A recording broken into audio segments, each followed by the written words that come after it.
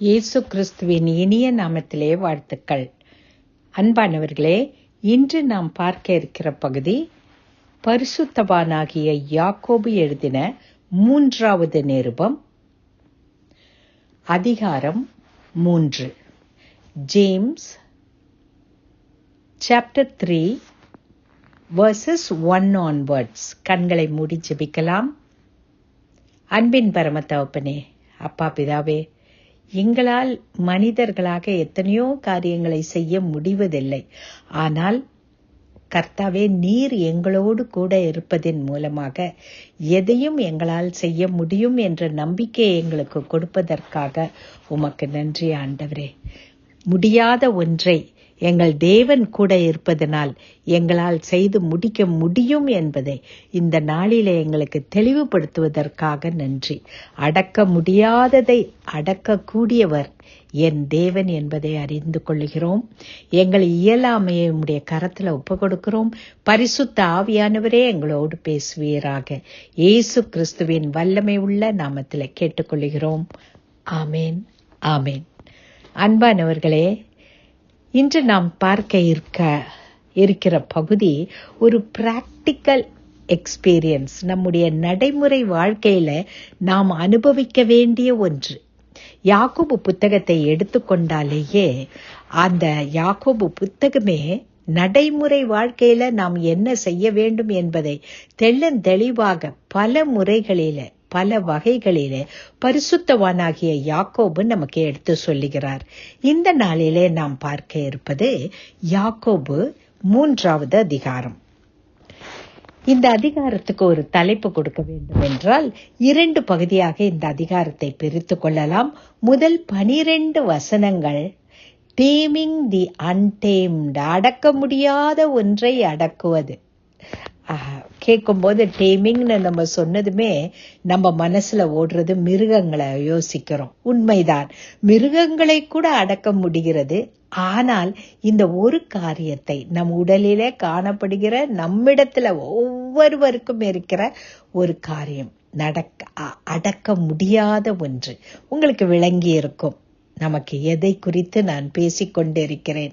இந்த நம்முடைய சரீரத்திலே நம்முடைய செய்கையிலே நாம் பார்ப்போம் என்றால் அடக்க முடியாத ஒன்று. எல்லாரும் இந்த வகையில தவறு செய்கிறார்கள் என்று சொல்லுவோம் என்றால் அது ஒரே ஒரு காரியம்தான், அது நாவடக்கம். இந்த நாவடக்கத்தை குறித்து பரிசுத்தவானாகிய யாக்கோபு எவ்வளவு அழகாக எழுதியிருக்கிறார். முதல் 12 வசனங்களிலே அவர் சொல்லுவது நாவடக்கத்தை குறித்து.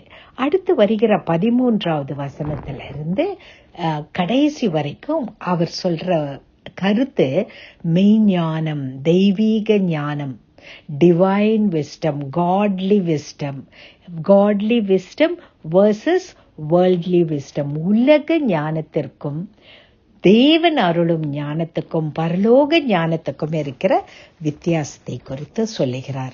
நீங்க நல்லா கவனிச்சிருப்பீங்கன்னா அந்த யாக்கோபு புத்தகத்தை நான் உங்களுக்கு விளக்கிட்டு வரும்போது முதல் அதிகாரத்திலேயே நாவை குறித்து பேசியிருக்கிறார். நீங்க என்ன செய்யணும்? பேசும்போது தாமதமா இருங்க, கோபப்படுகிறது தாமதமா இருங்க, கேட்கறதுக்கு தீவிரமாயிருங்க, இப்படின்னு ரொம்ப அருமையாக ஒரு ஆழ்ந்த சத்தியத்தை ஒரு நீதிமொழிகள்ல நம்ம படிக்கிறது போல 2 வசனத்துல அவர் ரத்தன சுருக்கமாக சொல்லி முடித்தார். அது போலவே ஞானத்தை குறித்து நம்ம இந்த பகுதியில பார்க்க போறோம். இந்த 3வது அதிகாரத்துல அந்த ஞானத்தை குறித்து அவர் சொல்லும் போது கூட நீங்க பலவிதமான சோதனைக்குள்ளாக நீங்கள் அகப்படும் போது தேவனிடத்தில் ஞானத்தை கேளுங்க. இந்த சோதனையை மேற்கொள்ளுவதற்கு வேண்டிய ஞானம் தேவன் உங்களுக்கு தருவார்னு அந்த இடத்திலும் பரலோக ஞானத்தை குறித்து அங்கு சுருக்கமாக சொல்லி இருக்கிறார். ஆனால் 3வது அதிகாரம் வரும்போது முதலாவது 12 வசனங்களிலே நாவை நாம் ஏன் அடக்க வேண்டும், நாவை நம்மால் அடக்க முடியாமல் போய்விடுகிறது, இந்த எதையும் மட்டும் இந்த உலகத்துல அடக்கிடலாம். ஆனா நாவை அடக்குவது ஒரு மனிதனுக்கு கூடாத காரியம் என்று சொல்லுகிறார். இந்த கூடாத காரியமாகிய நாவை நான் அடக்க முடியவில்லை என்பதை நாம் என்று உணர்ந்து கொள்ளுகிறோமோ, அந்த உணரும் போதே என்ன நடக்கும்னா, நம்ம நாவை அடக்க தேவன் நமக்கு உதவி செய்ய ஆரம்பிக்கிறார். அதனால முதலாவது காரியம், the first and foremost thing, realize it is impossible for any human being, underline that word, any human being to control the tongue. வார்த்தைகளை நாவடக்கம் என்றால் நாவனும் போது இந்த இடத்துல நம்முடைய பேச்சு, நாம் பயன்படுத்துகிற வார்த்தைகள், இந்த வார்த்தைகள் நம்முடைய கான்வர்சேஷன் ஸ்கில், இதைதான் இந்த இடத்துல சொல்லுது. இதுல முக்கியமா அவர் தொடங்கும் போது பாருங்க, முதல் வசனத்திலேயே நான் அடிக்கடி உங்களுக்கு சொன்னேன், இந்த அதிகாரத்துல அடிக்கடி அவர் என் சகோதர சகோதரிகளே, யாருக்கு எழுதுறாரு? பரிசுத்தவானாகிய யாக்கோபு சிதறி இருக்கிற 12 கோத்திரம். ஏன் சிதறி போனாங்க? அவர்களுடைய வாழ்க்கையில ஏற்பட்ட உபத்திரம், கிறிஸ்துவை ஏற்றுக்கொண்டதினால் அவர்களுக்கு வந்த உபத்திரவத்தின் காரணமாக பல இடங்களுக்கு சிதறி போறாங்க. அவர்களை பார்த்து அவர் எப்படி கூப்பிடுறாருன்னா, சகோதரர்களேன்னுவாரு. சில இடங்களில, முக்கியமா அநேக இடங்கள்ல முக்கியமான கருத்துக்களை சொல்லும்போது என் சகோதர சகோதரிகளே, உரிமையோடு விசுவாசிகளாகிய உங்களையும் என்னையும் இன்னைக்கு பார்த்து அவர் சகோதர சகோதரிகளேன்னு கூப்பிட்டு ஒரு முக்கியமான காரியத்தை நான் குறித்து பேச்சை, நம்ம பேசுகிற பேச்சை குறித்து சொல்லும்போது சொல்றார், உங்களுள் அநேகர் போதகர்களாக விரும்ப வேண்டாம். போதகர்னா என்ன? மற்றவங்களுக்கு டீச் பண்றவங்க, போதிக்கிறவர்கள். அப்ப போதிக்கிறவராக நாங்கள் மிக கண்டிப்பான தீர்ப்பு உள்ளதாக உண்டென்று உங்களுக்கு தெரியும். இப்போ நீங்க நிறைய பேரு போதிக்கிறவங்களா மாறாதீங்க அப்படின்னு சொல்லிட்டு, போதிக்கிறவங்களுக்கு எப்படிப்பட்ட தீர்ப்பாம்? கண்டிப்பான தீர்ப்பு. இது எதுக்கு போதகரை மட்டும் இந்த இடத்துல சொல்றாருன்னா, 2 காரியம். ஒன்று, போதகர்கள் என்ன செய்யறாங்க? அதிகம் பேசுகிறார்கள் இல்லையா? உன்னை போதிக்க வேண்டும் என்றால், இப்ப என்னையே எடுத்துக்கொள்ளுங்க, இந்த 12 வசனத்தை இன்று போதிக்க வேண்டும் என்றால் ஒரு 30 நிமிஷமாவது தொடர்ந்து பேசிக்கொண்டே இருக்கிறேன். இப்படி பேசும்போது நான் என்ன செஞ்சிடக்கூடாது? தவறான உபதேசத்தை செய்துவிடக்கூடாது. தவறான உபதேசத்தை செய்துவிட்டேன்னா அநேக மக்களை, நூற்றுக்கணக்கான மக்களை, இதை கேட்கிறவங்களை எல்லாரையும் அது என்ன செய்யும்? பாதிக்கும். இன்னும் இப்போ வாழ்ந்து கொண்டிருக்கிற நவீன காலத்துல நீங்க எடுத்துக்கிட்டீங்கன்னா, நம்ம பேசுறத என்ன பண்ணிடுறோம்? ரெக்கார்ட் பண்ணிடுறோம். ரெக்கார்ட் பண்ணிட்டு அதோட விடுறோமா? நம்ம கேட்கிற ஒரு கூட்ட ஜனம் மட்டும் இல்லையே, யூடியூப்ல போட்டுடுறோம். இன்னும் கொஞ்சம் இப்போ நிறைய கேட்கணும்னு ஷார்ட்ஸ் வந்திருக்குது. பல வகைகளை, நவீன கருவிகளை உபயோகித்து, நவீன தொழில்நுட்பங்களை உபயோகித்து நம்ம வாழ்ற இந்த இன்ஃபர்மேஷன் ஈரால நம்ம என்ன செஞ்சிடறோம்? பல வகையில நம்ம பேசுறதை போதிக்கிறவர்கள் அதை அநேகர் கேட்கிற வகையில மாற்றி விடுகிறார்கள். அப்ப பாருங்க, போதிக்கும் போது ஒண்ணு, நம்ம சரியான வார்த்தையை பேசணும். இல்லைன்னா நமக்கு அது கெட்டதா சரியான உபதேசம் இருக்கணும். கரெக்ட் டாக்டரின். நான் எப்போதும் உங்ககிட்ட சொல்றேன், கரெக்ட் டாக்டரின் இருந்தனா கரெக்ட் பிஹேவியர் இருக்கும். டாக்டரின் நம்முடைய டியூட்டி, நம்ம செய்யற காரியம் டாக்டரின் இருக்கும்போது சரியாக நம்முடைய வேலைகளை செய்வோம். நம்முடைய டாக்டரினே தவறாய் இருந்ததுன்னா நம்ம செய்யறது தவறாயிடும். யோசித்து பாருங்க, இந்த டாக்டரினை தானே நாங்க எடுத்து சொல்றோம், போதிக்கிறோம். இதுல உங்கள கேட்டுட்டு இருக்கிறவங்க கூட யாராவது போதிக்கிறவங்களா இருந்தா நீங்க ஞாபகம் வச்சுக்கணும், நீங்களும் என்ன செய்றீங்க? மற்றவர்களுக்கு இப்படி செய்யுங்க, இப்படி செய்யாதீங்கன்னு அநேக உபதேசங்களை நாம் போதிக்கிறோம். நம்ம போதிக்கிற உபதேசம் சரியாய் இருக்க வேண்டும். ஏன்னா நூற்றுக்கணக்கான மக்கள் இதை கேட்பாங்க. அவங்க கேட்டுட்டு தவறா அதை செய்துட்டாங்கன்னா அதற்குரிய தண்டனை யாருக்கு கிடைக்கும்? நமக்கு கிடைக்கும். நமக்குன்னு சொல்லும்போது போதிக்கிற என்னை சொல்றேன். அப்ப பாருங்க, போதகர்களாக நீங்க விரும்பாதீங்கன்னு சொல்றதுக்கு காரணம் என்னன்னா, நீ போதிக்கும் போது உன்னுடைய தீர்ப்பு கடினமா இருக்கும். நீ என்ன செய்யற? உன்னையும் தப்பா வழி நடத்திட்டு உன்னுடைய உபதேசத்தை கேட்கிறவர்களையும் தப்பா வழி நடத்துறனால நீங்க என்ன செஞ்சிடக்கூடாது? போதகர்களுக்கு தீர்ப்பு உண்டு. நீங்க அநேகர் வழி விலகி போக காரணமா இருந்தேனா ஆண்டவர் என்னை நியாயம் தீர்ப்பார். என்னுடைய நியாய தீர்ப்பு கடினமா இருக்கும். நான் அதிக பதில் சொல்ல வேண்டியிருக்கும். அதனால போதகர்களுக்கு ஏன் இந்த இடத்துல சொல்றாருன்னா, அதிகம் பேசுறாங்க, அவங்க பேசுறது சரியா இருக்கணும். ரெண்டாவது, அதை கேட்கிறவங்க அதை சரியா எடுத்து அந்த உபதேசத்தின்படி நடந்து கொள்ளணும். இல்ல ஒருவேளை தவறிட்டு போயிட்டாங்கன்னா அதற்கு காரணம் ஆண்டவர் யார் இடத்துல கேட்பாரு? போதிக்கிற என்னிடத்துல கேட்பார். அதனாலதான் இந்த முதலாவது வசனம் வரும்போதே, இந்த நாவடக்கம்னு வரும்போது, நாவை நாம் எப்படி உபயோகப்படுத்துகிறோம், போதிக்கும் போது எப்படி உபயோகப்படுத்துகிறோம், உபதேசம் செய்யும் போது எப்படி பயன்படுத்துகிறோம், இதுல ஜாக்கிரதையா இருங்கன்னு ஒரு வார்னிங் கொடுத்துடுறாரு போதிக்கிறவங்களுக்கு. அதனால நீங்க பயப்பட வேண்டியதுல, போதிக்கும் போது பரிசுத்த ஆவியானவரை கேட்டு சரியான உபதேசத்தின்படி நாமும் வாழ்ந்து அந்த சரியான உபதேசத்தை மற்றவர்களுக்கு போதிக்க வேண்டும். இப்ப வாங்க அடுத்தது. இது முதல் பேசுறவங்களுக்கு சொல்லிட்டாரு. இப்ப அடுத்த பகுதியில 2வது வசனத்துல இருந்து 12வது வசனம் வரைக்கும் நீங்க பார்த்துட்டு வந்தீங்கன்னா, அவர் சொல்றார் பாருங்க, நம்ம எல்லாருமே இந்த பேச்சுல தவறுனவங்களா இருக்கிறோம். அப்படின்னா நம்ம விளங்கி கொள்ள வேண்டியது, நாம் எல்லோருமே பேச்சுல தவறுறோம். அது எப்ப தவறுறோமா? அடிக்கடி தவறி விடுகிறோம். இதுல எக்ஸப்ஷனே கிடையாது. ஐயோ இந்த பாவமா, இது நான் செய்யறதே இல்லை அப்படின்னு எத்தனையோ பாவங்களை குறித்து சொல்லலாம். ஆனா இந்த பேச்சு, நம் வார்த்தைகளை பயன்படுத்துகிறத சொல்லும் போது நம்ம எல்லாருமே இந்த பாவத்துல தவறி விடுகிறோம். அதனாலதான் பேச்சில் தவறாதோர் நிறைவு பெற்றவராய் இருக்கிறார். பேச்சில் நம்ம எப்படி இருக்கணுமா? தவறாதவர்களாய் இருக்க வேண்டாம். அப்படி இருக்கிறவங்க தான் நிறைவு பெற்றவராவர். அப்பனா நம்ம ஒரு பெர்ஃபெக்டா இருக்கிறோம், நம்ம கிட்ட ஒரு குறையும் இல்லைன்னா அதுல முதல்ல எங்க செக் பண்ணி பார்க்கணும்? வேற எந்த இதுலயும் செக் பண்ண வேண்டியதில்லை. முதலாவது நம்ம செக் பண்ண வேண்டியது நம்ம பேச்சு எப்படி இருக்குது.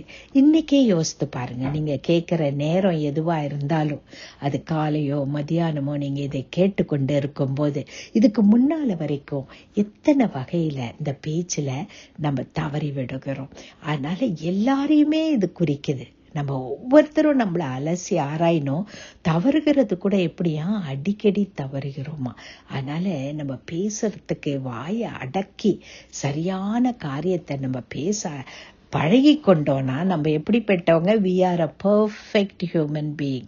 ரொம்ப கடினம் இல்லையா? அவர்களே தம் முழு உடலையும் கட்டுப்படுத்துகிறார்கள். உன் பேச்ச, இந்த நாக்கு இருக்குது பாருங்க, இது இட் இஸ் a small அவயம். நம்முடைய பாடி பார்ட்ல இருக்கிறதுல மிக சிறிய அவயம் அது. ஆனா அந்த சிறிய அவயம் என்னத்தை செஞ்சிடுமா? நம்மளுடைய வாழ்க்கையை எங்க வேணாலும் திருப்பி அமைக்கவும் அதால முடியும். நம்ம வாழ்க்கையை நிறைவுபடுத்தவும் முடியும். நம்ம வாழ்க்கையை அடியோடு அழித்து விடவும் முடியும். அதனால இப்ப இன்று நம்ம பார்க்கறது இந்த சின்ன member, little member of our body. யோசித்து பார்த்தீங்கன்னா, இந்த நாக்குக்கு அளவு எடுத்து பார்த்தோன்னா ரொம்ப சின்ன சிறிய பகுதி தான் இல்லையா? அப்படி இருக்கும்போது இது என்ன செய்து? நம்முடைய வாழ்க்கையே என்ன செய்து? அழித்து விடுகிறது. இதுக்கு இவர் என்ன செய்யறாரு? சில இமேஜஸ் கொடுக்கிறாரு. குதிரையை பாருங்க. குதிரையை அடக்கணும்னு சொன்னோம்னா, அந்த குதிரையை அடக்க அது வாயில ஒரு கடிவாளம் போடுகிறார்கள். பைபிளை திறந்து வச்சுக்கோங்க, 3வது அதிகாரம். இப்ப நான் 3வது வசனம் பேசிட்டு இருக்கிறேன். நீங்க அப்படியே வேதத்தை பார்த்தீங்கன்னா, பேசும்போது அந்த மனசுல நமக்கு நிறைய திட்டமா பதிஞ்சிடும். பதியறது நம்ம இருதயத்துல போய் தங்கிடும். அதனால வேத புத்தகத்தை திறந்து வச்சுட்டு ஒரு சில நிமிடங்கள் தானே அமைதலா உட்கார்ந்து இதை கேளுங்க. குதிரையை அடக்கிறதுக்கு என்ன செய்யறோம்? அது வாயில கடிவாளம் போடுகிறோம். இவ்வாறு குதிரைகள் முழுவதுமாக அடைக்கப்படுகிறது. குதிரையை முழுவதும் நம்ம அடக்கிறதுக்கு என்ன செய்யறோம்? ஒரு சின்ன கடிவாளம் போட்டுறோம். அது பெரிய இது இல்லை. ஆனா குதிரையுடைய முழு உடலையும் அது என்ன செய்யுது? அடக்குது. அது போலதான் நாக்கும். நம்முடைய நாவுக்கு அதுதான் சங்கீதத்துல நம்ம படிக்கிறோம் இல்லை, என் வாய்க்கு நீர் ஒரு காவல் வையும். ஆண்டவரே, என் வாய்க்கு ஒரு பூட்டு போட்டுருங்க ஆண்டவரே. என்னுடைய நாக்கு என்ன செய்யக்கூடாது?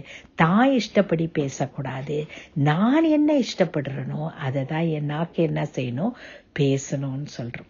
அடுத்தது பாருங்க, குதிரையை பத்தி சொன்னாரு. அடுத்தது கப்பலுக்கு வராரு. இங்க குதிரைன்னும் போது அதை அடக்கிறது.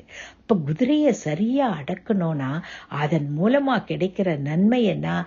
வேகமாக எந்த இடத்துக்கு போய் சேரணுமோ அந்த குதிரையை வச்சு போய் சேர்ந்துட முடியும் இல்லையா?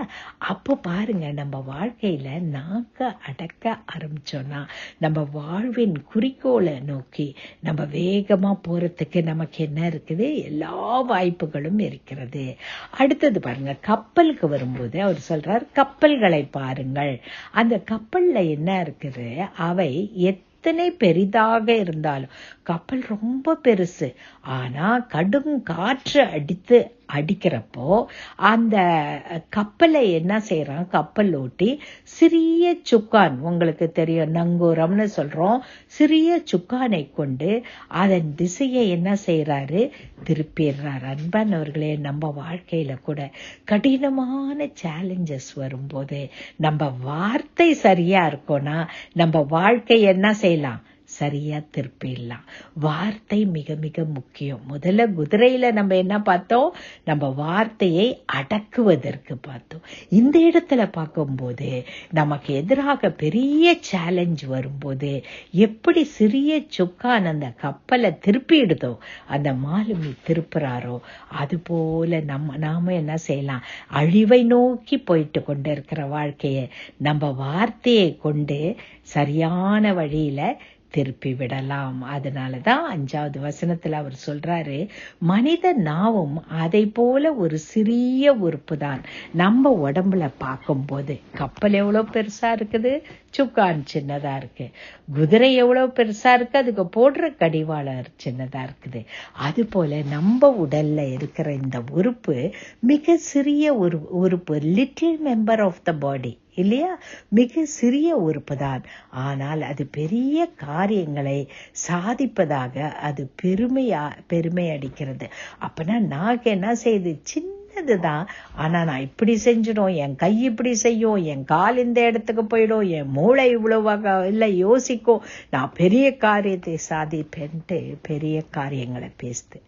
பாருங்க, அந்த இடத்துல அவர் சொல்றது பாருங்கள், சிறியதொரு தீப்பொறி எத்தனை பெரிய காட்டை கொளுத்தி விடுகிறது. 3வது ஒரு கம்பாரிசன் கொடுக்கிறார்.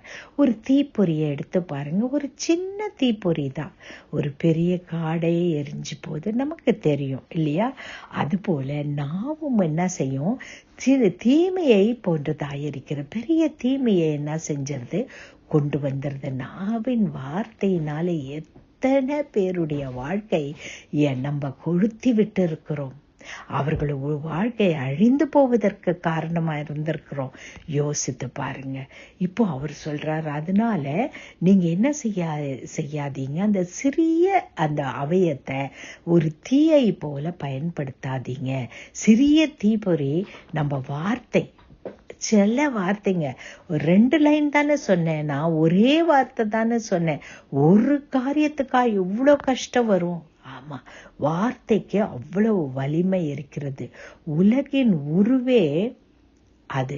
நம்முடைய உறுப்புகளில் ஒன்றாக அமைந்திருக்கும் இந்த நம் உடல் முழுவதையும் கரைப்படுத்துகிறது. அது நம் வாழ்க்கையை என்ன செய்தா? வாழ்க்கை சக்கரம் அப்படின்னா நம்ம வாழ்ந்து கொண்டு இருக்கிறோம் இல்லையா? தினம் நடக்கிற நம்ம வாழ்க்கை முழுவதும் எரிந்து விடுகிறது. எரிப்பதற்கான நெருப்பை எங்க இருந்து பெறுது? நாக்கில் இருந்தே பெற்றுக்கொள்ளுகிறது. எவ்வளவு பயங்கரமான காரியம் பாருங்க. அப்ப நம்ம வாழ்க்கை அழிவதற்கு காரணம் என்னுடைய வார்த்தையா? யோசித்து பார்க்கலாம். நம்ம மற்றவங்களை மட்டும் அழிப்பதில்லை, இந்த தீப்பொறி நம்மையும் சேர்த்துதானே அழிக்கிறது. 7வது வசனத்துல பாருங்க, காட்டில் வாழ்வன, பரப்பன, ஊர்வன, கடலில் வாழ்வன ஆகிய எல்லா உயிரினங்களையும் மனிதர் அடக்கி விடுறான். மனுஷன் எல்லாவித உயிரினங்களையும் அடக்க முடியதா இருக்குது. சில வேளை சர்க்கஸ்ல உட்கார்ந்து பார்க்கும்போது என்னென்னமோ மனுஷன் செஞ்சிடறான். இல்ல, எப்பேற்பட்ட ஒரு மிருகத்தையும் அடக்கிடுறான். he is able to tame them. ஆனால் இதுதான் முக்கியம், 8வது வசனம், ஆனால் நாவை அடக்க யாராலும் முடியவில்லை. எத்தனையோ பேர் எவ்வளவோ பெரியவனுங்க, பரிசுத்தவான்களா இருக்கலாம், எவ்வளவோ அறிவு படைத்தவர்களா இருக்கலாம், ஆணா இருக்கலாம், பெண்ணா இருக்கலாம், படிச்சவங்களா இருக்கலாம், படிக்காதவங்களா இருக்கலாம். ஆனா என்ன செய்ய முடியல? நாவை அடக்க முடிவதில்லை. அப்பனா உன்னாலையும் என்னாலையும் இதை கேட்டுட்டு இருக்கிற நம்ம, இந்த பாவம் என்கிட்ட இல்லை அப்படின்னு நம்ம சொல்ல முடியாது. யாராலையும் நம்மளால என்ன செய்ய முடியல? நாவை அடக்க முடியவில்லை. அப்பனா நம்ம என்ன செய்யறது? யாராலையுமே அடக்க முடியலையே, அப்பனா நான் மட்டும் எப்படி அடக்க முடியும்? இப்படித்தானே மனசுல யோசிக்கிறீங்க. ஆண்டவர் அதற்கு பதில சொல்லியிருக்கிறாரு. என்ன சொல்றாரு தேவன்? இயேசு கிறிஸ்துவின் மூலமாக மனுஷரால் கூடாததுதான், ஆனால் தேவனால் எல்லாம் ஆகும். இப்போ மனுஷனால என்ன செய்ய முடியல? நீ பேசும்போது உன் நாக்க அடக்க முடியல. ஆனா ஆண்டவர் இயேசு கிறிஸ்து சொல்றாரு, தேவனால் எல்லாம் கூடும். அப்ப நம்ம இன்னைக்கு தேவனை பார்த்து கேட்கலாம், ஆண்டவரே, the little member of my body which I am not able to tame, அடக்க முடியாத என்னுடைய சிறிய அவயமாகி இந்த நாவிலிருந்து வருகிற வார்த்தைகளை ஆண்டவரே அடக்குவதற்கு நீரே உதவி செய்யுங்க. என்னால முடியாது, ஆனால் என் தேவனால் முடியும். அவர்கிட்ட கேட்டு பாருங்க, நிச்சயமா ஆண்டவர் என்ன செய்வாரு? உதவி செய்வார். ஏன்னா இயேசு கிறிஸ்து இந்த உலகத்துல வாழ்ந்தப்ப சொல்றாரு, இருதயத்தின் நிறைவினால் வாய் பேசும். So the heart of the problem is the problem of the heart. திருப்பி சொல்றேன், நல்லா கவனிங்க. The heart of the problem is the problem of the heart. நாவை அடக்க முடியலையே, இந்த நாவை அடக்க முடியவில்லையே என்று நீ யோசிக்கிறாய் அல்லவா? அதனுடைய மையத்தில் இருக்கிற பிரச்சனை என்னன்னா, இவனுடைய இருதயத்தில தான் அந்த பிரச்சனை இருக்கிறது. இப்ப நாவை அடக்கணும்னா ஆண்டவர் என்ன சொல்றாரு? உன் வாய் பேசுறது எங்க இருந்து வருதா? இருதயத்தின் நிறைவினால் வாய் பேசும். இந்த இருதயத்தை சுத்தமா வச்சுக்கிட்டோம்னா, இருதயம்னா நம்ம உள்ளான மனுஷன், இருதயத்தை யாரையும் மன்னிக்காத குணத்தை மனசுல என்ன செய்யக்கூடாது?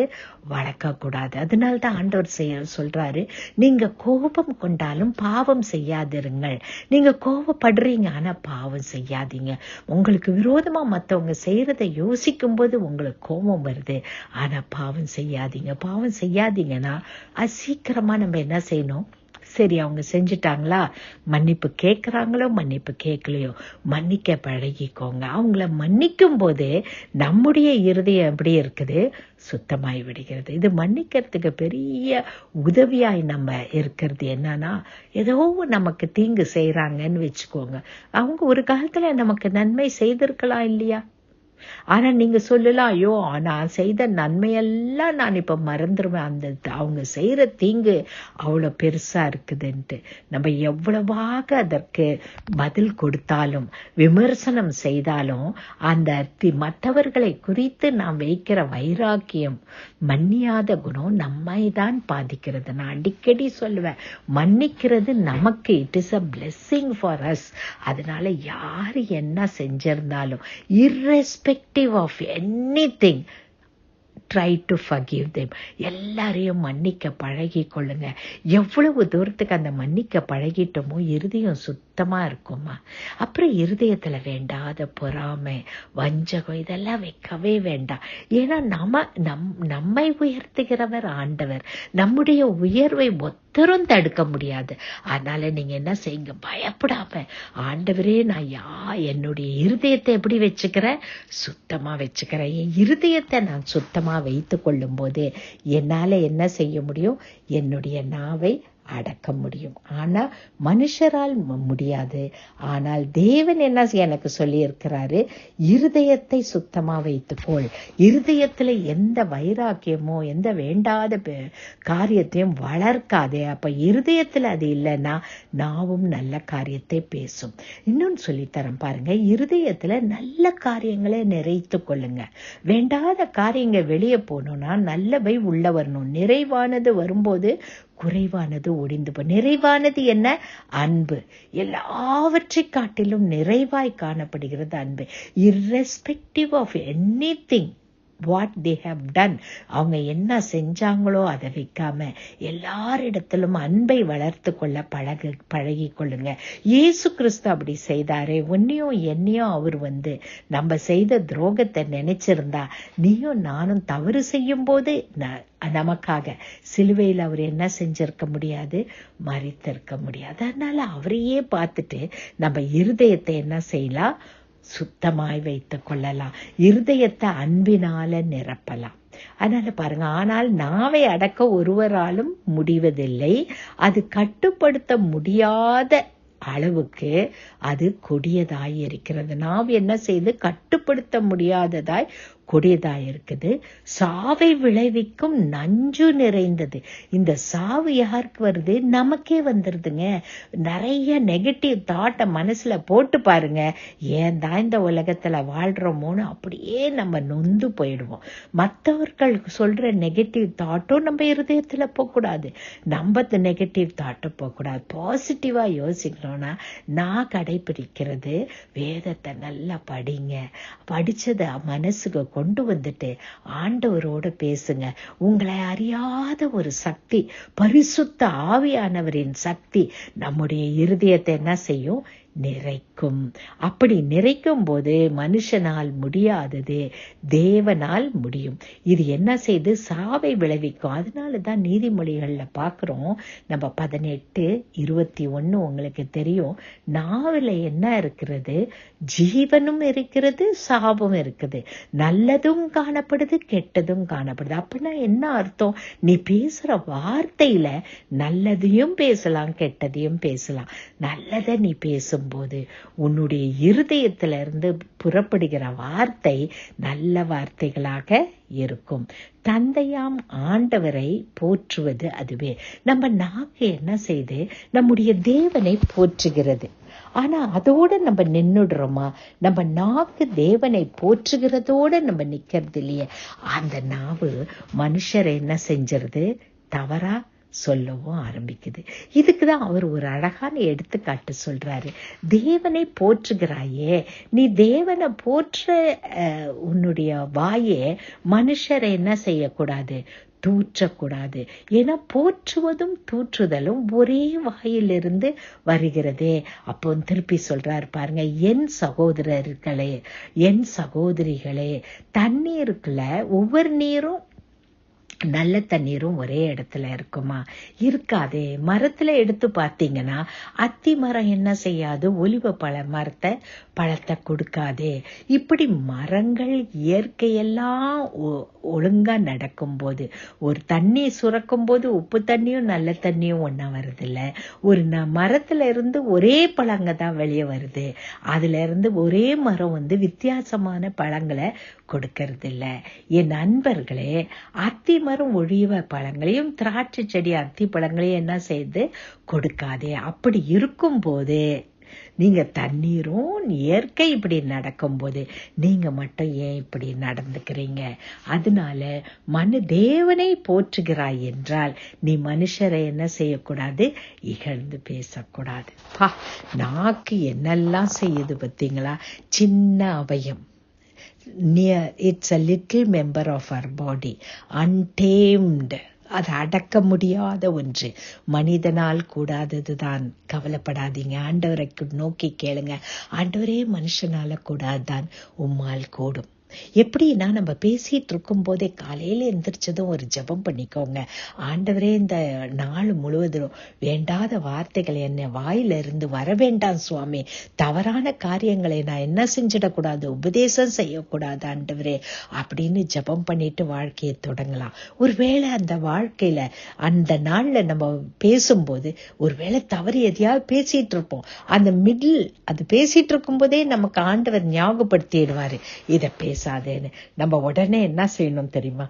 அந்த நிமிஷத்திலேயே ஒரே நிமிஷம் அப்படியே நம்மளை அமைதலாக்கிட்டு நம்ம பேச்ச நிறுத்திக்க பழகிக்கணும். அன்பானவர்களே, நம்முடைய வாயின் வார்த்தைகளில ஜீவன் இருக்கிறது, நம்முடைய வாயின் வார்த்தைகளில மரணம் இருக்கிறது, நம்முடைய வாயின் வார்த்தைகளில நன்மை இருக்கிறது, நம்முடைய வாழ்வின் வார்த்தைகளில தீமை இருக்கிறது. அதனால ஆண்டவரிடத்துல நம்ம கேட்கலாம், தேவனே, தினந்தோறும் உம்மை போற்றுகிறேன், பிரேஸ், உம்மை துதித்து கொண்டிருக்கிறேன்.